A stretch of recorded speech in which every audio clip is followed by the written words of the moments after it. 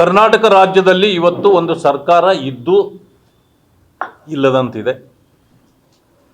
ಜನರ ಸಮಸ್ಯೆಗಳು ಇಡೀ ರಾಜ್ಯದಲ್ಲಿ ಬಹಳ ವೇಗವಾಗಿ ಸಮಸ್ಯೆಗಳು ಬೆಳೀತಾ ಇವೆ. ರೈತರ ಸಮಸ್ಯೆ ಇರ್ಬೋದು, ಹಿಂದುಳಿದವರ ಸಮಸ್ಯೆಗಳಿರ್ಬೋದು, ದಲಿತರ ಸಮಸ್ಯೆ ಇರ್ಬೋದು, ಕಾರ್ಮಿಕರ ಸಮಸ್ಯೆಗಳಿರ್ಬೋದು, ಅಂಗನವಾಡಿ ಕಾರ್ಮಿಕರ ಸಮಸ್ಯೆ ಇರ್ಬೋದು, ಆಶಾ ಕಾರ್ಯಕರ್ತರ ಸಮಸ್ಯೆ, ಅಂದರೆ ಎಲ್ಲ ಸಮಸ್ಯೆಗಳು ಬೆಳೀತವೆ. ಕಾಂಗ್ರೆಸ್ ಮಾತ್ರ ನಿದ್ದೆ ಮಾಡ್ತಾ ಇದೆ. ಇವತ್ತು ಇಡೀ ರಾಜ್ಯಾದ್ಯಂತ ಜನ ಬೀದಿಗಿಳಿದು ಕಾಂಗ್ರೆಸ್ ಸರ್ಕಾರದ ವಿರುದ್ಧವಾಗಿ ಹೋರಾಟಗಳನ್ನು ಪ್ರಾರಂಭ ಮಾಡಿದ್ದಾರೆ.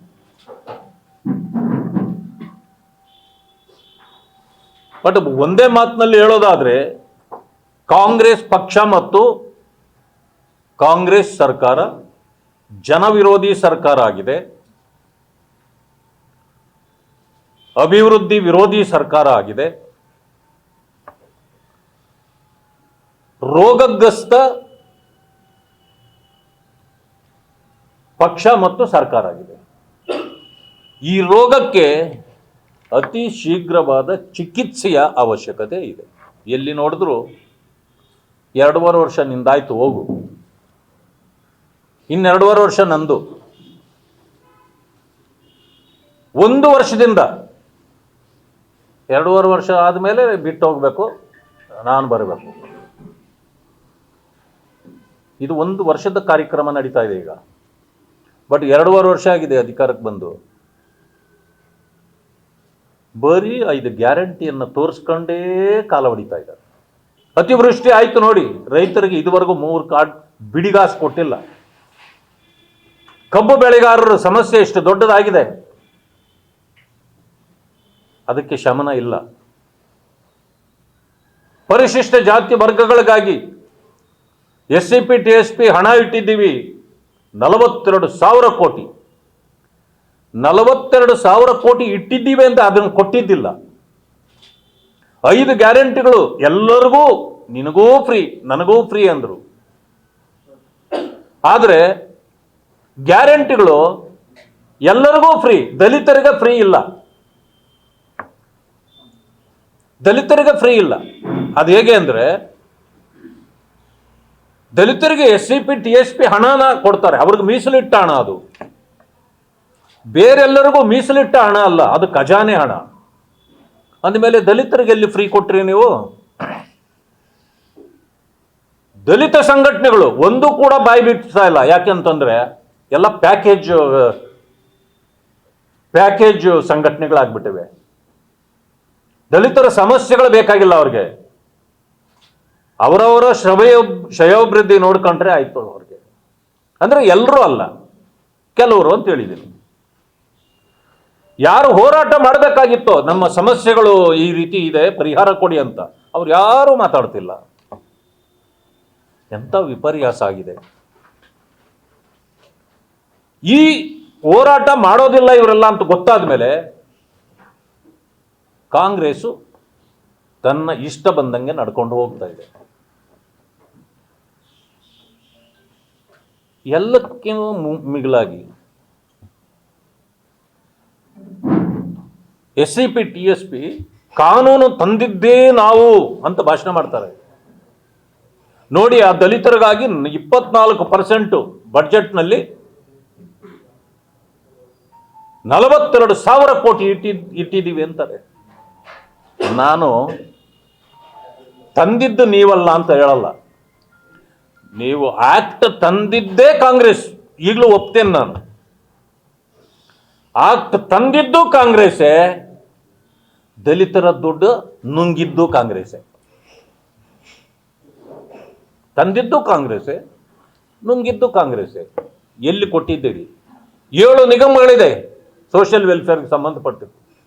7 ನಿಗಮಗಳಿಗೆ 1 ರೂಪಾಯಿ ಬಿಡುಗಡೆ ಆಗಿಲ್ಲ, ಯಾರಿಗೂ ಸಾಲ ಕೊಟ್ಟಿಲ್ಲ, ಸೆಲ್ಫ್ ಎಂಪ್ಲಾಯ್ಮೆಂಟ್ ಏನೋ ಅವಕಾಶ ಕೊಟ್ಟಿಲ್ಲ, ಜಮೀನು ಖರೀದಿ ಮಾಡಿ ಕೊಟ್ಟಿಲ್ಲ, ಗಂಗಾ ಕಲ್ಯಾಣ ಯೋಜನೆಗಳಿಲ್ಲ. ಮತ್ತೇನು ದಲಿತರಿಗೆ ಏನು ಕೊಟ್ರಿ ನೀವು? ಅಲ್ಪಸಂಖ್ಯಾತರಿಗೆ ಏನು ಕೊಟ್ರಿ?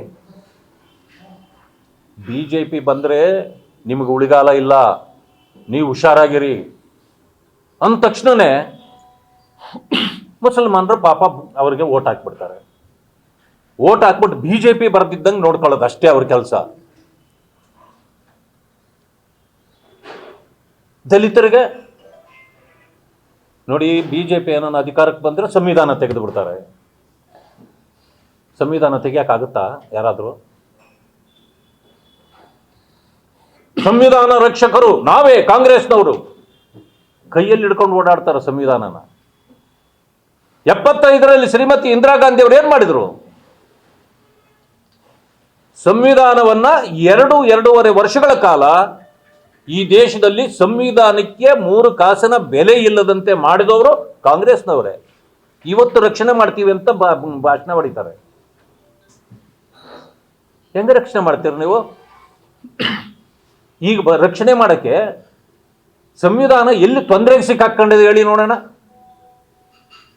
ಸಂವಿಧಾನಕ್ಕೇನು ತೊಂದರೆಯಲ್ಲೇ ಸಿಕ್ಕಾಕೊಂಡಿಲ್ಲ. ನೀವು ರಕ್ಷಣೆ ಮಾಡಕ್ಕೆ ಯಾರು ರಕ್ಷಣೆ ಮಾಡ್ತೀವಂತಾರೋ ಅವರೇ ಭಕ್ಷಕರು. ಕಾಂಗ್ರೆಸ್ಗೆ ಒಂದು ಸರಿಯಾದ ನಿಲುವಿಲ್ಲ. ಅದು ಆ ಪಕ್ಷ ಈ ದೇಶದಲ್ಲಿ ಅದಕ್ಕೆ ಉಳಿಗಾಲವೂ ಇಲ್ಲ. ಎಲ್ಲ ಕಡೆ ನೆಲ ಕಚ್ಚಿ ಹೋಗ್ತಾ ಇದೆ. ಮೊದಲು BJP 1% ವೋಟ್ ತಗೊಳ್ಳೋ ಕಾಲದಲ್ಲಿ ಈ ಸಾರಿ 1% ತಗೋಬಿಟ್ಟಿದ್ದೀವಿ ಅಂತೇಳಿ ಸಿಹಿ ತಿಂತಿದ್ರು. ಎರಡನೇ ಚುನಾವಣೆ ಬಂದಾಗ ಇಲ್ಲ ಈ ಸಾರಿ 5% ವೋಟ್ ತಗೋಬಿಟ್ಟಿದ್ದೀವಿ ಅಂತ ಸಿಹಿ ತಿಂತಿದ್ರು. ಈಗ ಇಡೀ ದೇಶದಲ್ಲಿ ನಾವು ಅಧಿಕಾರ ಮಾಡ್ತಿದ್ದೀವಿ ಅಂತ ಸಿಹಿ ತಿಂತಾರೆ. ಕಾಂಗ್ರೆಸ್ಸು ಮೊದಲು ಈ ದೇಶದ ರಕ್ಷಣೆ ಮಾಡೋರು ನಾವೇ, ನೋಡಿ ಇವತ್ತು 400 ಸೀಟ್ ಗೆದ್ದಿದ್ದೀವಿ ಅಂತ ಸಿಹಿ ತಿಂತಿದ್ರು. ಅದಾದ ಮೇಲೆ 200 ಸೀಟ್ ಬಂತು, ಆಮೇಲೆ 100 ಸೀಟ್ ಬಂತು, ಕೊನೆಯಲ್ಲಿ 44ಕ್ಕೆ ಬಂದ್ಬಿಟ್ಟಿತ್ತು. ಈಗ ಬಿಹಾರ್ನಲ್ಲಿ 6 ಸೀಟ್ ಗೆದ್ದವ್ರೆ. 6 ಸೀಟ್ ಗೆದ್ದಿದ್ದು, ಹೋದ ಸಾರಿ 4 ಸೀಟ್ ಗೆದ್ದಿದ್ವಿ, ಈ ಸಾರಿ 6 ಸೀಟ್ ಗೆದ್ಬಿಟ್ಟಿದ್ದೀವಿ ಅಂತ ಸಿಹಿ ತಿಂತಾವ್ರೆ ಪಾಪ ಅವ್ರೀಗ. ಇಂಥ ಪರಿಸ್ಥಿತಿಗೆ ಕಾಂಗ್ರೆಸ್ ಬಂದಿದೆ. ಅದನ್ನು ಯಾರು ವಯಸ್ಸು ಆಗಿಬಿಟ್ಟಿದೆ ಕಾಂಗ್ರೆಸ್ಗೆ. ಅದರಿಂದಾಗಿ ಚಿಕಿತ್ಸೆ ಕೊಟ್ಟರೂ ಕೂಡ ಅದು ಬದುಕೋದು ಕಷ್ಟ. ಇಂಥ ಪರಿಸ್ಥಿತಿ ಇರ್ತಕ್ಕಂಥ ಈ ಸಂದರ್ಭದಲ್ಲಿ ಭಾರತೀಯ ಜನತಾ ಪಕ್ಷ ರಾಜ್ಯದಲ್ಲಿ ಮುಂದೆ ಚುನಾವಣೆಯಲ್ಲೂ ಗೆಲ್ತದೆ, ದೇಶದಲ್ಲೂ ಗೆಲ್ತದೆ. ಕಾಂಗ್ರೆಸ್ ನಿರ್ನಾಮ ಮಾಡಲಿಕ್ಕೆ ಅಲ್ಲಿಯವರೇ ಉಟ್ಕೊಂಡಿದ್ದಾರೆ, ಬೇರೆಯವರು ಬೇಕಾಗೇ ಇಲ್ಲ. ಇದಕ್ಕೆ ಅಪವಾದ ಅನ್ನೋ ರೀತಿಯಲ್ಲಿ ದೇಶದ AICC ಅಧ್ಯಕ್ಷ ಸ್ಥಾನ ದಲಿತ ಸಮುದಾಯಕ್ಕೆ ಕೊಟ್ಬಿಟ್ಟಿದ್ದಾರೆ. ಯಾಕೆಂದರೆ ಮಹಾತ್ಮ ಗಾಂಧಿಯವರು ಹೇಳಿದರು, ಈ ಕಾಂಗ್ರೆಸ್ ಅನ್ನೋದು ಸಂಘಟನೆ, ಇದು ಪಕ್ಷ ಅಲ್ಲ, ಸ್ವತಂತ್ರ ಹೋರಾಟಕ್ಕಾಗಿ ನಾವು ಮಾಡ್ಕೊಂಡಿದ್ದು. ರಾಜಕೀಯಕ್ಕೆ ನೀವು ಬೇರೆ ಪಾರ್ಟಿ ಮಾಡ್ಕೊಳ್ಳಿ, ಇದನ್ನು ಬರಖಾಸ್ತು ಮಾಡಿಬಿಡೋಣ, ಇದನ್ನು ಡಿಸಾಲ್ವ್ ಮಾಡಿಬಿಡಿ ಅಂತ. ಪಾಪ ಮಾಡಿರಲಿಲ್ಲ. ಈಗ ಮಹಾನುಭಾವ ಮಾನ್ಯ ರಾಹುಲ್ ಗಾಂಧಿಯವರು ಬಂದಿದ್ದಾರೆ. ಮಹಾತ್ಮ ಗಾಂಧಿಯವರ ಹೆಸರನ್ನು ಉಳಿಸ್ಲಿಕ್ಕೆ, ಅವರ ಮಾತಿಗೆ ಬೆಲೆ ಕೊಡಲಿಕ್ಕೆ ಅವರು ಬಂದಿದ್ದಾರೆ. ಆದರೆ ನಮ್ಮ ಪ್ರಾಬ್ಲಮ್ ಏನಂದರೆ, ಪರಿಶಿಷ್ಟ ಜಾತಿಯ ವ್ಯಕ್ತಿಗೆ ಕೊಟ್ಟು ಕಾಂಗ್ರೆಸ್ಸು ನಾಶ ಆಗೋಯ್ತು ಅನ್ನೋ ಕೆಟ್ಟ ಹೆಸರನ್ನು ಮಾನ್ಯ ಖರ್ಗೆಜಿಯವರ ಮೇಲೆ ಹಾಕ್ಬಿಡ್ತಾರಲ್ಲ ಅನ್ನೋದು ನನ್ನ ಆತಂಕ. ಅದು ಅವರೇ ಮಾಡಬೇಕಾಗಿತ್ತು. ರಾಹುಲ್ ಗಾಂಧಿಯವರೇ ಕೊನೆ ಮಳೆ ಹೊಡಿಬೇಕಾಗಿತ್ತು. ಆ ಕೊನೆ ಮಳೆನ ಪಾಪ ಖರ್ಗೆಯವರ ಕೈಲಿ ಹೊಡೆಸ್ಬಿಟ್ಟು ಎಲ್ಲಿ ಅವರಿಗೆ ಅಪಮಾನ ಮಾಡಿಬಿಡ್ತಾರೋ ಅನ್ನೋದು ನಮ್ಮ ಆತಂಕ. ಇಂಥ ಪರಿಸ್ಥಿತಿ ಇವತ್ತು ದೇಶದಲ್ಲಿದೆ. ಅದರದ್ದು ನನಗೆ ದೇಶದ ಕತೆ ಅವ್ರದ್ದು ಬೇಕಾಗಿಲ್ಲ. ರಾಜ್ಯದಲ್ಲಿರ್ತಕ್ಕಂಥ ಈ ಜನರ ಸಮಸ್ಯೆಗಳನ್ನು ಪರಿಹಾರ ಮಾಡಲಿಕ್ಕೆ 5 ವರ್ಷಗಳ ಅವಕಾಶ ಇತ್ತು. 2.5 ವರ್ಷಗಳು ಮುಗಿದೋಗಿದೆ. 2.5 ವರ್ಷ ಇದೆ. ನೀವು ಯಾರಾದರೂ ಮುಖ್ಯಮಂತ್ರಿ ಹಾಕ್ಕೊಂಡು ಹೋಗ್ರಿ, ನಮಗೇನು ಚಿಂತೆ ಇಲ್ಲ. ನೀವು ಯಾರಾದರೂ ಹಾಕ್ರಿ, ನೀವು ಕಾಂಗ್ರೆಸ್ನವರೇ ಆಗೋದಲ್ವಾ? ಆದರೆ ನಮಗೆ ಅದಲ್ಲ ಬೇಕಾಗಿರೋದು. ನಮ್ಮ ಪರಿಸ್ಥಿತಿ ಇವತ್ತು, ಜನರ ಪರಿಸ್ಥಿತಿಯನ್ನು ಅರ್ಥ ಮಾಡಿಕೊಂಡು ಜನರು ನಿಮಗೆ ಗೌರವ ಇಟ್ಟು ಕೊಟ್ಟಿರ್ತಕ್ಕಂಥ ಅಧಿಕಾರಕ್ಕೆ ಅವರಿಗೆ ಸರಿಯಾದ